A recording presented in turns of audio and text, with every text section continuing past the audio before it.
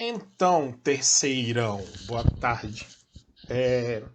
Nós vamos então começar a discutir um pouquinho sobre como calcular o ΔH da reação. Só que antes da gente falar as formas que existem, da gente calcular, não, da gente descobrir esse ΔH, eu vou comentar algumas coisinhas só para relembrar, tá? Então, olha só, a gente disse que o ΔH é a variação de entalpia que está diretamente relacionada à variação de calor. Então, toda vez que a gente fala que uma reação é exotérmica, o que a gente entende? Exotérmica libera calor. Falei que libera calor, eu estou falando da vizinhança, tá? Então, a vizinhança percebe a reação exotérmica pelo aumento de temperatura. Mas no sistema, a gente entende que é uma diminuição da entalpia. Tudo isso padronizado. Pressão de 1 atm, sistema aberto, 25 graus Celsius, tá? Numa transformação endotérmica, há um aumento da entalpia do sistema, tá? E esse aumento da entalpia do sistema é devido à absorção de calor da vizinhança. Então, o sistema a vizinhança a gente percebe porque é uma diminuição da temperatura. Então toda variação de temperatura nessas reações é na vizinhança. No sistema, que é a reação química, a gente entende por diminuição ou aumento da entalpia. Por isso essas variações não pode confundir, tá? Porque nessas padronizações aí, o calor e o ΔH seriam teriam o mesmo valor numérico. Tá? Todo o calor que é liberado é da diferença da variação de entalpia, da diminuição de entalpia. Todo o calor absorvido é a quantidade de entalpia que aumentou, tá bom? E a gente tem a ideia de que esse ΔH, essa variação de entalpia, é dado pelas condições finais, que é relacionado ao produto, das condições iniciais, que é do reagente. E aí, nós dissemos que existem N fatores que podem interferir nesse ΔH. Aí nós falamos que o estado físico das substâncias ele pode interferir, dar um valor, um ΔH maior ou menor. E aí a gente tem que analisar cada caso. A quantidade de matéria também interfere. Quer dizer, se eu tenho mais matéria envolvida, mais calor será gerado ou absorvido dependendo da reação. E aí mencionamos o estado holotrópico, que é a forma que alguns elementos químicos na forma simples podem possuir na natureza. Para isso, então, a gente foi criado, né? A gente não, né? A gente não foi nem eu nem vocês, mas assim, né? Os cientistas, os órgãos que padronizam algumas coisas, aquelas coisinhas, criaram umas condições padronizadas, que a gente já mencionou. Então, todas as reações químicas que a gente mexer de calor com calor agora, elas costumam ser padronizadas para 1 atm e a 25 graus Celsius, tá certo? Às vezes uma questão, um exercício não aparece, não cita isso, tá? Mas fica subentendido que é a 25 graus Celsius e a 1 atm. Essas condições padrão também a gente tem alguns outros, como é que eu posso dizer? Algumas outras características. Por exemplo, 1 atm, 25 graus Celsius, normalmente é 1 mol da substância principal. Então, se eu calculo a entalpia padrão de combustão do etanol, padronizou-se, tem que ser 1 mol. Então, esses valores tabelados que aparecem para a gente se referem a 1 mol. E o principal valor tabelado de entalpia que nós temos nessas condições padrão é o que a gente chamou de entalpia padrão de formação. Então, qual é o valor de calor envolvido para formar 1 mol de qualquer substância? Padronizado, nós sabemos de cor e salteado sobre a substância simples. Por quê? Pegaram ela como referência. Toda substância simples, que é formada por um único elemento químico, sendo ela, né, simples e da forma alotrópica mais estável ou o estado físico mais comum a 25 graus Celsius, foi padronizado que a entalpia de formação dessas substâncias é igual a zero. E aí a gente possui algumas ferramentas matemáticas ou experimentais para descobrir esse ΔH, certo? Beleza. Aqui eu estou mostrando uma tabela com a entalpia padrão de formação de algumas substâncias. Só existe valor numérico nessa condição padrão para substâncias compostas, ou seja, que tem mais de um elemento químico na sua constituição. Substâncias simples, O2, F2, N2, a formação foi padronizado como 0, ok? Então vocês têm que ter acesso a esses valores. Acredito que a apostila de vocês traga. Se não tiver na apostila, isso aí pode consultar na internet, pode pegar material do ano passado, não tem problema. Isso aí existe e é de consulta pública. Ah, professor, e no Enem? No Enem eles têm que fornecer esses valores, tá certo? Se for para calcular a partir da entalpia padrão de formação, é necessário o fornecimento. Isso aqui ninguém precisa decorar nada. Só tem que lembrar que essa formação da substância a gente considera que é a partir das substâncias simples que formam essa substância. Então, por exemplo, o NH3 da amônia é formado a partir do N2 e do H2, nas suas proporções estequiométricas para formar 1 mol de NH3. Então é fixo na hora do balanceamento. Aí aqui nesses casos a gente não tem como acertar os coeficientes, a não ser que você se lembre. Se eu aumentei a quantidade de NH3, eu tenho que aumentar essa quantidade proporcionalmente, porque é diretamente proporcional à quantidade de matéria. Tranquilo até então? Ou eu falei muito rápido? Isso aqui a gente já discutiu, estudou no ano passado e já relembrou algumas coisas durante esse ano. Vamos direto à parte ao tocante de hoje. Como a gente pode calcular e descobrir o valor do ΔH, o valor da entalpia de uma reação? Experimentalmente pelo calorímetro. Já citei, correto? Já mencionei algumas coisas. Mas o que é o calorímetro? É um dispositivo que tem um recipiente que é isolado no máximo possível termicamente da vizinhança e ele é acoplado a um termômetro. E aí esse termômetro vai captar a variação de temperatura da vizinhança. Então, se eu tenho uma reação química exotérmica acontecendo aqui dentro, eu observo um aumento da temperatura e uso o QMC ΔT ou as coisas mais práticas diretas envolvidas, certo? Se a reação que estiver acontecendo aqui dentro for endotérmica, eu vou observar diminuição da temperatura. Então, experimentalmente, a gente tem o calorímetro, que é um dispositivo que nos permite detectar esses valores. Agora, na mão mesmo, nas contas, a primeira forma é utilizando aquela tabela de entalpia padrão de formação que eu mostrei. Então, esses dados de formação você tem que ter disponível. Como é que a gente discute? Eu não sei se alguém vai se recordar, mas eu vou falar daqui a pouco também sobre a lei de Hess. A lei de Hess, na verdade, é uma proposta quanto às reações químicas que diz para a gente que uma reação ela pode acontecer de forma direta ou então em várias etapas. E é mais ou menos por aí que a gente imagina para poder chegar nesse resultado aqui a partir da entalpia padrão de formação. Qual é o critério? Pega uma reação química e a partir da expressão do ΔH é igual à entalpia final menos inicial, eu vou usar o somatório das entalpias relacionadas. Se vocês se lembram o que significa somatório na matemática, somatório nada mais é do que você pegar todos os valores disponíveis e somar. Então, eu vou pegar e vou fazer um somatório das entalpias de formação dos produtos. Então, eu preciso ter a equação química, pego a entalpia desses produtos lá da tabela e somo proporcionalmente à quantidade que essa substância aparece na reação. Faço a mesma coisa para a entalpia dos reagentes. Somo todas essas entalpias. E aí eu faço a subtração entre os produtos e os reagentes. E a partir daí eu consigo chegar numa resposta, ok? De novo, o ΔH é produto menos reagente. Então eu consigo fazer a partir dessa associação.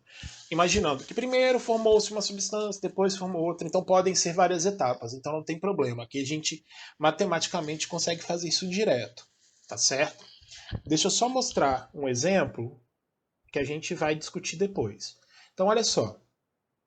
E aí quem estiver assistindo o vídeo posteriormente ou revendo, pode dar pause e calcular. A gente vai resolver isso daqui a pouco. Então olha só, o calor é envolvido na queima de 1 mol de etino nas condições padrão. Então ele já me disse que está tudo padronizado. Eu já esquematizei a reação química de combustão do etino. Então, o etino aqui, C2H2, para quem não sabe, o etino é a nomenclatura oficial, mas ele é conhecido como acetileno, que é o combustível utilizado no maçarico, nesses de soldar portão, grade e coisas do tipo. Então, aqui, balanceado, eu tenho que 1 mol de etino reage com 2 mols e meio de gás oxigênio, produzindo 2 mols de CO2 e 1 mol de água. Como é que a gente resolve esse problema? Eu volto na tabela. Cadê? Eu volto na tabela e vou procurar algumas informações. Aqui não tem do etino, mas eu tenho separado e falo para vocês. Mas então, eu vou olhar. Primeiro eu tenho que fazer o somatório dos produtos, correto? Então eu vou pegar o gás carbônico, entalpia do gás carbônico. Vou olhar na tabela, gás carbônico menos 393,5. Essa é a entalpia de formação do gás carbônico para 1 mol. Aqui são 2. Então eu tenho que pegar esse valor aqui e multiplicar por 2. E somar, porque é somatório, com a entalpia de formação de 1 mol da água líquida. Vou ter que procurar água líquida aqui. Água líquida, ó, formação menos 285,83 para 1 mol. Então eu coloco aqui dentro da fórmula, né, da expressão e faço o somatório. Menos a entalpia de formação dos reagentes. O O2 eu desconsidero, que é zero, porque é substância simples. Preciso só da entalpia do etino. Substituo aqui e faço a diferença e chego no valor do ΔH. Daqui a pouco a gente vai fazer essa conta para poder conferir. E aí é bom já separar o caderninho para a gente poder trabalhar e chegar em alguns resultados aí. A gente deve fazer mais um exercício, que é esse aqui também. A gente vai vendo, dá pausa e tenta resolver, e depois a gente discute os valores obtidos, certo? Alguma pergunta quanto à partir da entalpia de formação?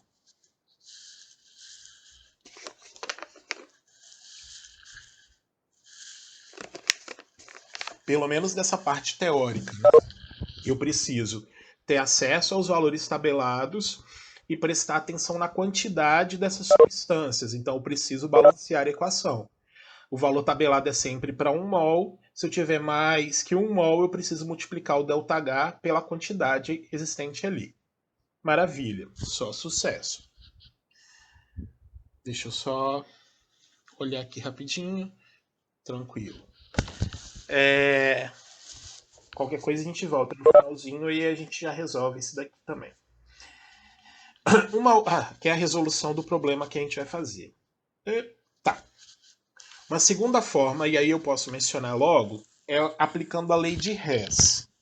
Então vou ler o que está escrito aqui e a gente vai trabalhando. A lei de Hess afirma que a entalpia de uma reação é a soma algébrica das etapas nas quais o processo pode ser decomposto. Assim, a determinação da entalpia de uma reação pode ser feita conhecendo as entalpias de reações mais elementares. Quando a gente fala de equações em mais de uma etapa, é como se fosse esse exemplo aqui para a síntese de água gasosa.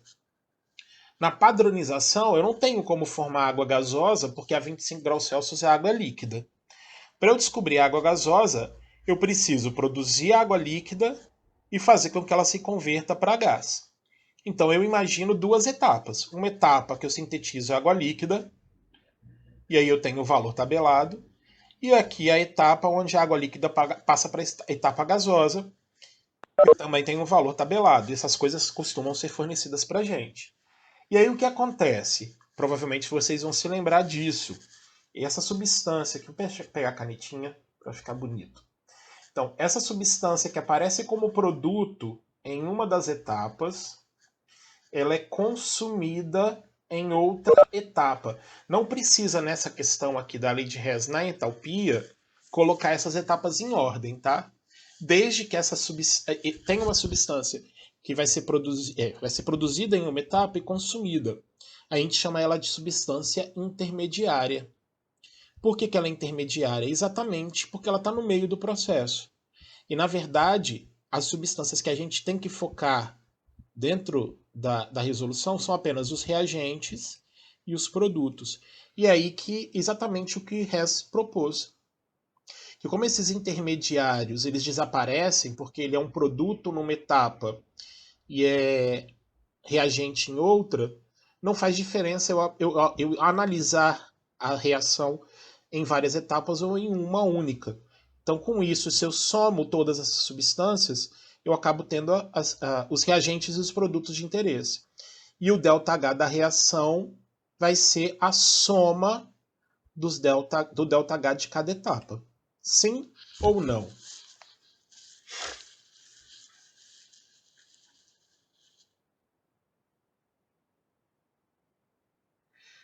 Nós vamos fazer uns exemplos aqui. Então, na hora que a gente vai aplicar a lei de Hess num exercício, numa questão, para resolver e tentar descobrir o ΔH de uma reação, é necessário você ou focar nos reagentes da reação, ou focar nos produtos, ou focar no intermediário.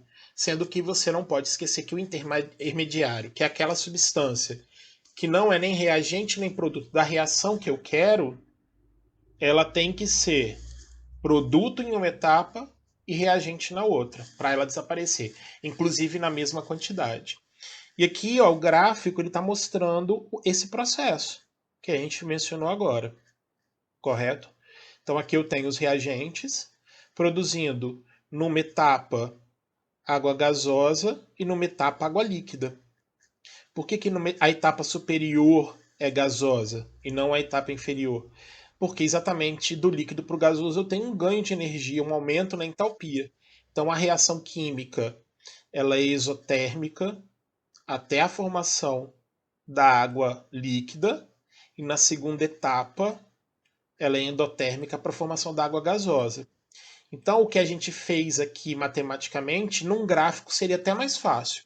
Porque se eu quero chegar apenas na água gasosa, que é essa etapa aqui, era só fazer essa diferença.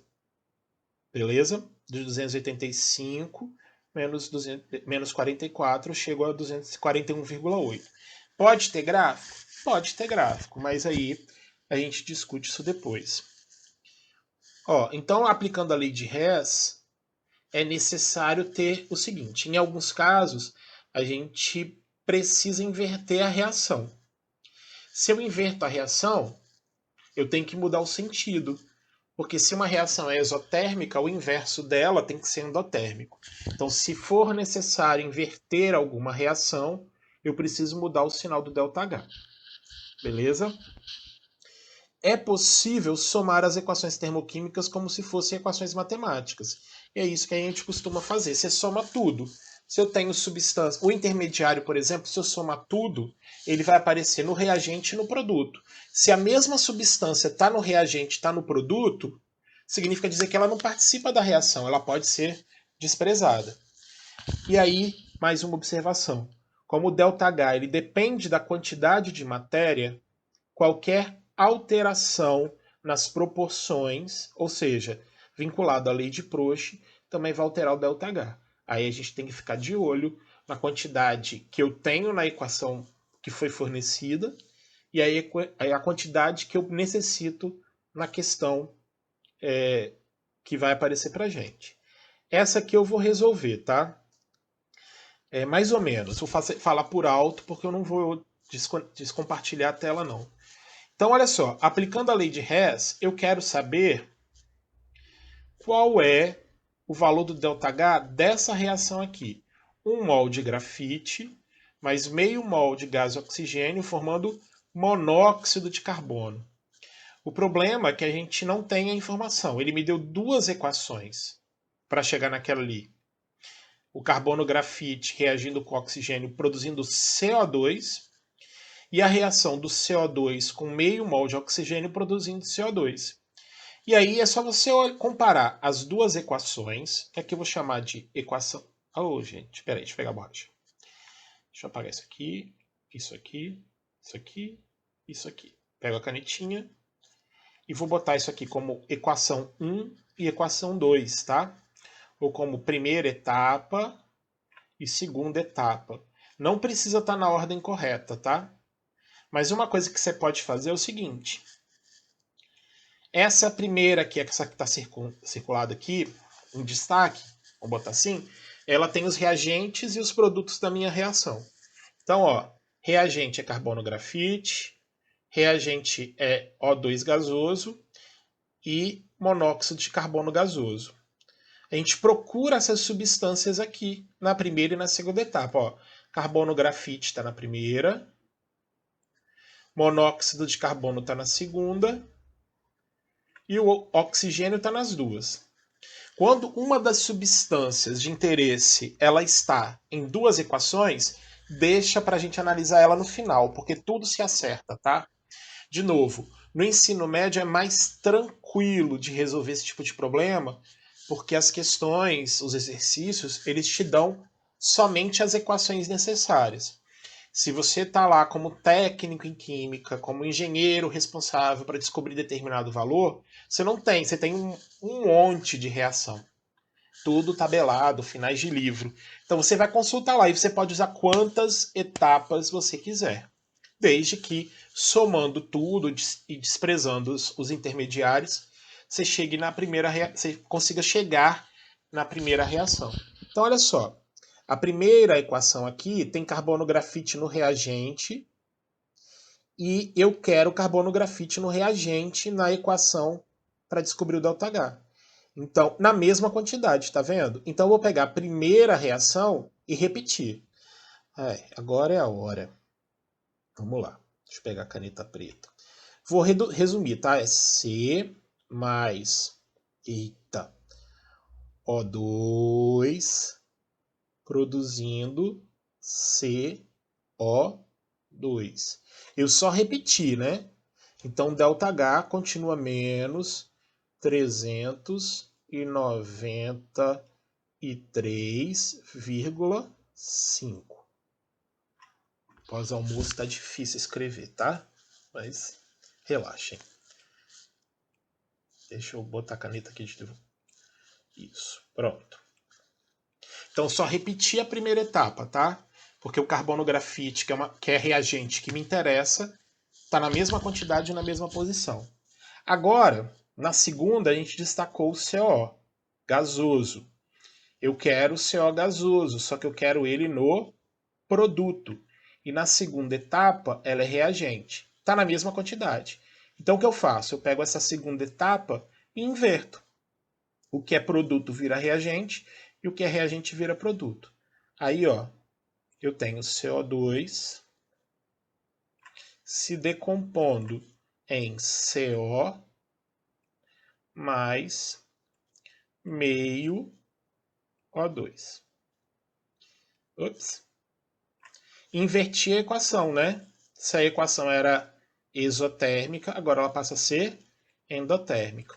Não multipliquei os coeficientes, não alterei a quantidade de matéria, então continua sendo 283,0. Acabei. Acabou. Olha aqui, do jeito que eu mencionei, ó. Cadê a caneta? Isso. O CO2, ele é intermediário, porque ele não aparece na equação principal. Aqui ele é produto, aqui ele é reagente. Então você pode eliminar. E soma, repete, né? Tudo que é reagente nas duas equações aparece e tudo que é reagente, tudo que é produto continua. Agora eu só vou observar uma coisa. Aqui eu tenho um mol de O2, não é isso? E ao final sobrou meio mol de O2. O que isso significa para a gente? Alguém pode me falar? De oxigênio. Que o quê? Excesso de oxigênio. Excesso de oxigênio. Nós fizemos vários cálculos de excesso, né?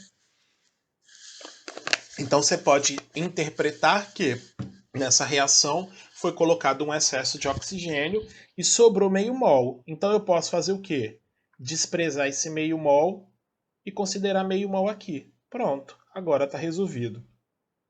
Então minha reação é C mais meio O2 produzindo CO. Somei, deu a mesma reação que a gente precisa, fechou, tá certo. Então você tem que pegar aqui e somar esses valores. E aí você vai fazer a conta, né? 283 menos 393,5 é igual a menos 110,5 kJ. Beleza? Pergunta.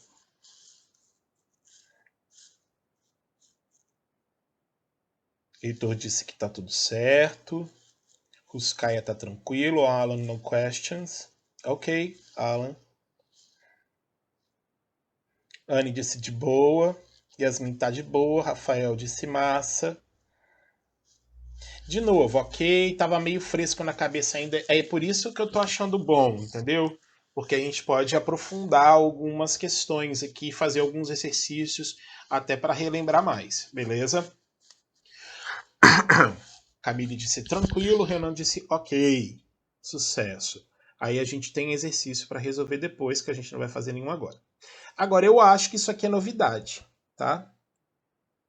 Isso aqui a gente não chegou a discutir. Mas tem lógica. Talvez vocês consigam entender bem. Ali ele está falando, aplicando a lei de Hess na entalpia de ligação. Esquece a questão da lei de Hess. Pense em entalpia de ligação. Pensa numa ligação química. Senhoras e senhores, o que é uma ligação química? Ou por que dois átomos ligam-se? Você quer a Resposta. explicação errada ou a Não, eu quero explicação? a certa. A certa. Ah, dois átomos se ligam? Isso. Para ficar estáveis é errado, não é? Isso. Não é para ficar estável. Eles É para ficam. chegar a 8 elétrons na camada de valência. E isso é, na verdade, de acordo com a teoria do octeto, né? Nem todo mundo, Samuel, acaba ficando estável com 8. Mas, na verdade, acabam tendo interações com os elétrons, né? Isso, e eles ficam numa conformação estável.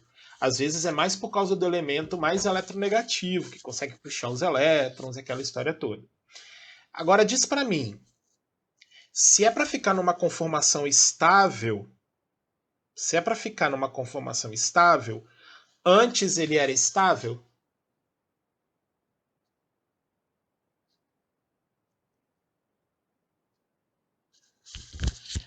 Alguém sem ser o Samuel, liga o microfone, vão participar aí. Renan, aproveita que você vai sair, responde aí.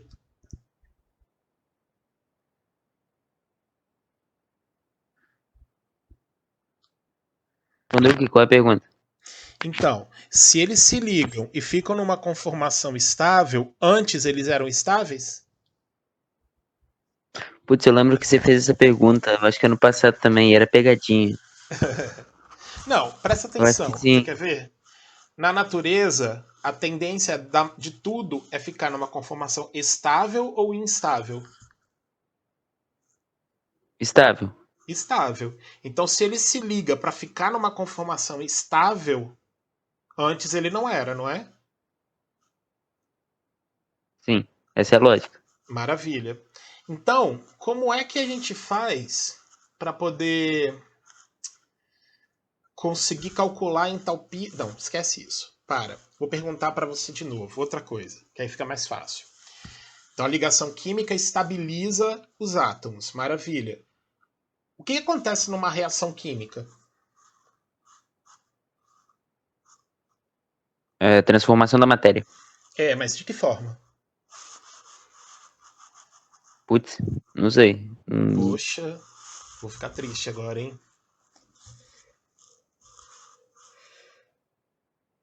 Eu mudo a constituição, tipo assim, eu tenho hidrogênio e oxigênio na água, aí o gás, o carbono, e continuo tendo carbono, hidrogênio e oxigênio ao final de um processo? Sim, né? O que Sim. muda dos reagentes para os produtos?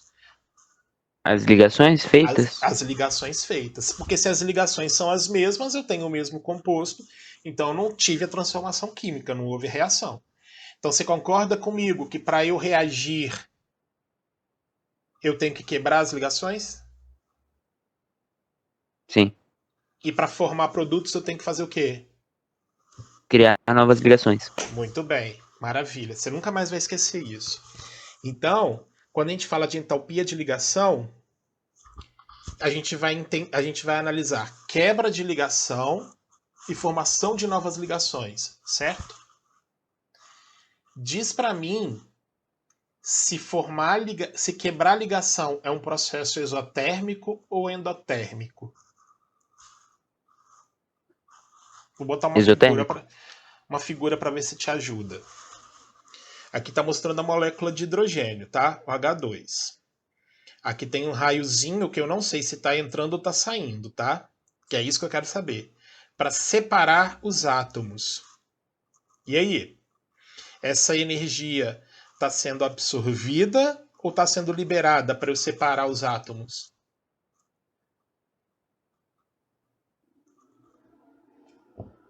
Absorvida. Absorvida.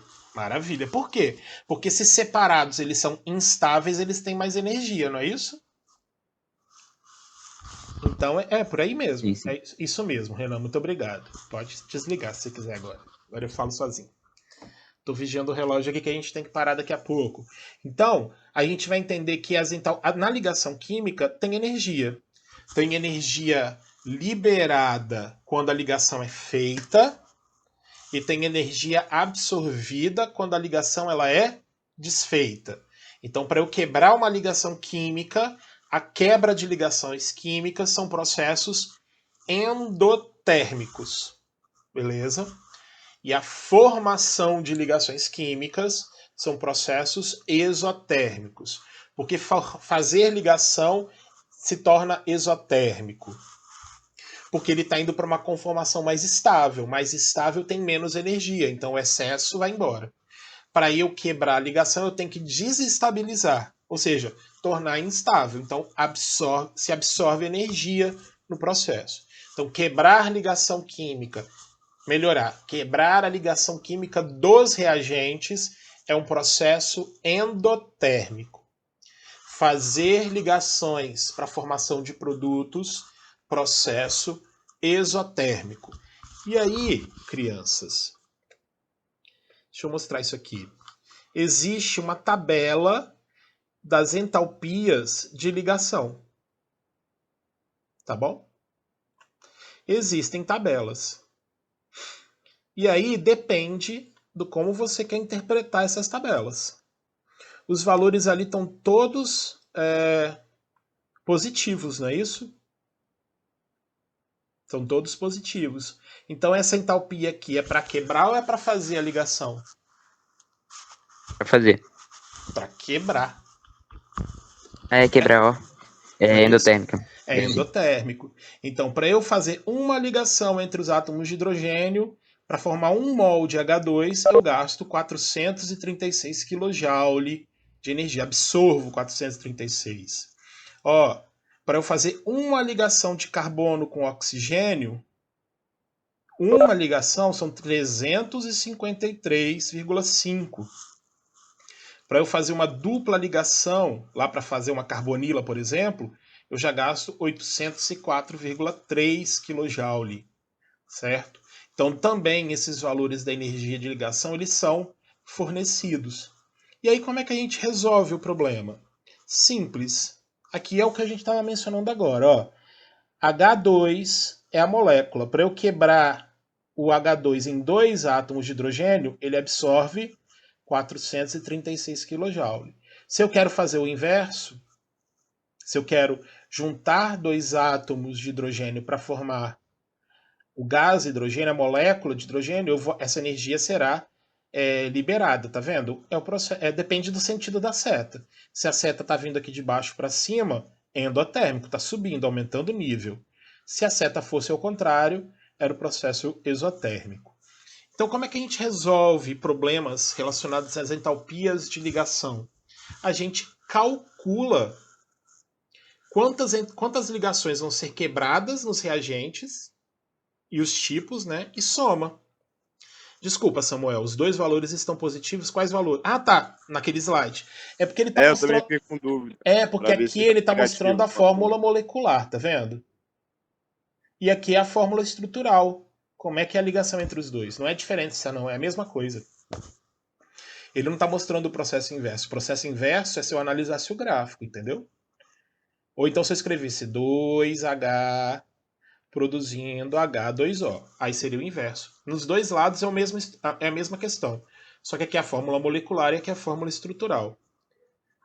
Agora deixa eu voltar aqui uma coisa, só para mostrar. Aqui nós fizemos uma bagunça para calcular o ΔH do C mais meio mol de O2 dando CO. Vamos tentar calcular essa mesma reação para ver se dá esse valor, né, de acordo com a tabela lá. Cadê a tabela? Vamos aqui, ó. Deixa eu tirar a janelinha do chat e ver se a gente tem tempo. Tem tempo. C. Opa!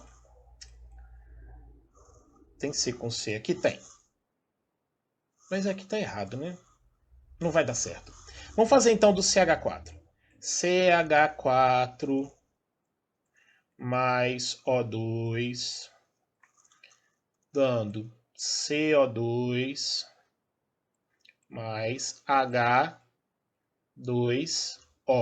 Beleza? Deixa eu só ver se o exemplo...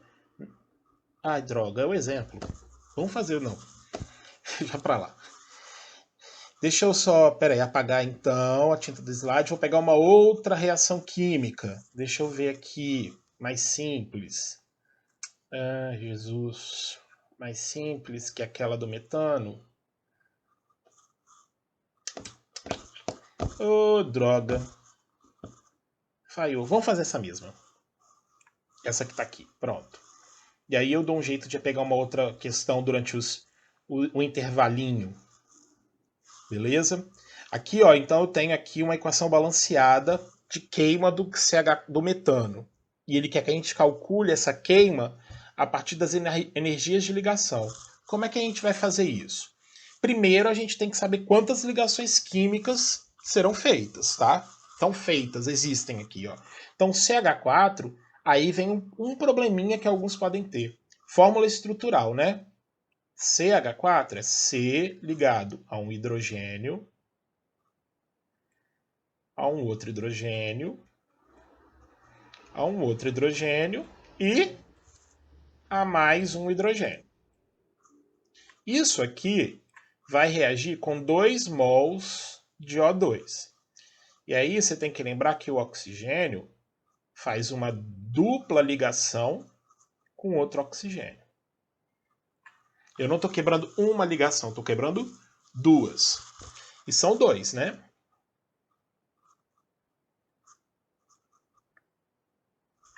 Isso aqui vai formar o CO2. Talvez esse tipo de questão seja o mais complicado para quem não se lembra de fórmula estrutural de compostos inorgânicos. Esse aqui é o CO2. Então eu não estou quebrando uma ligação com oxigênio, estou quebrando duas. Mais duas moléculas de água. O, H, O, H. São duas águas, não é isso? É bom que eu deixe isso aqui salvo e aí depois a gente faz a matemática, tá certo? Aí naquele intervalinho das aulas a gente resolve a conta. O que a gente vai fazer? Aqui também é uma outra situação que pode confundir. Você vai somar todos os ΔHs. Os ΔHs dos reagentes e dos produtos. É diferente daquela fórmula que subtrai, tá? Você vai somar tudo. E aí você consegue ter um balanço energético.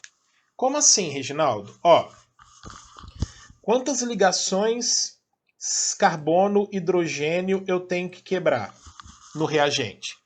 Lembre-se que aqui é endotérmico e aqui é exotérmico. Quanto de energia eu vou gastar para quebrar as ligações? Desculpa. Quantas ligações carbono-hidrogênio eu tenho que quebrar? Aí você vai contar, ó. 1, 2, 3, 4. Então você vai pegar 414 e multiplicar por 4. 4 vezes 414. Pronto. Resolvi a questão do hidrogênio.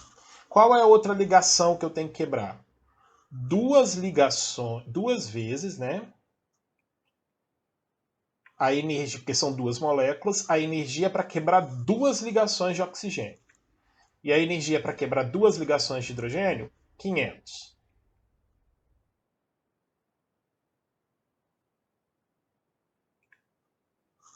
E aí você soma isso aqui, desculpa, você soma isso aqui, e aí você tem o quanto de energia necessário para quebrar as ligações de todos os reagentes, ok? Agora eu vou fazer para o produto. Agora para o produto eu vou fazer o quê? Eu vou formar 4 ligações, não é isso? Entre carbono e hidrogênio. Ele me deu aqui a informação para formar uma dupla direta. Então eu vou pegar 716 e multiplicar por 2. 2 vezes a observação menos 716. Por que é negativo agora? Porque aqui do lado dos produtos eu estou formando os compostos. Então essa energia vai ser liberada, o composto é mais estável. E para formar água eu tenho 1, 2, 3, 4 ligações. 4 vezes a energia liberada para formar uma ligação entre o oxigênio e o hidrogênio, que está aqui. 439 menos 439. E aí o que eu vou fazer? Eu vou somar tudo isso, beleza? Vou somar todos esses valores, e vou resolver os problemas, ok? Deixa eu resolver logo. Então, ó, 4 vezes 414 mais 2 vezes 500. Aqui eu acho que para quebrar todas as ligações dos reagentes, eu vou gastar mais 2.650. 2.000 é ótima, né? 2.556 kJ de energia. Mais. E aqui eu vou fazer a conta rapidinho. 2 vezes 716 mais 4 vezes 439. Aqui, ó, liberar 3.188. Para a gente encerrar essa gravação, olha ali para mim. Eu tenho mais energia sendo gasta ou mais energia sendo liberada?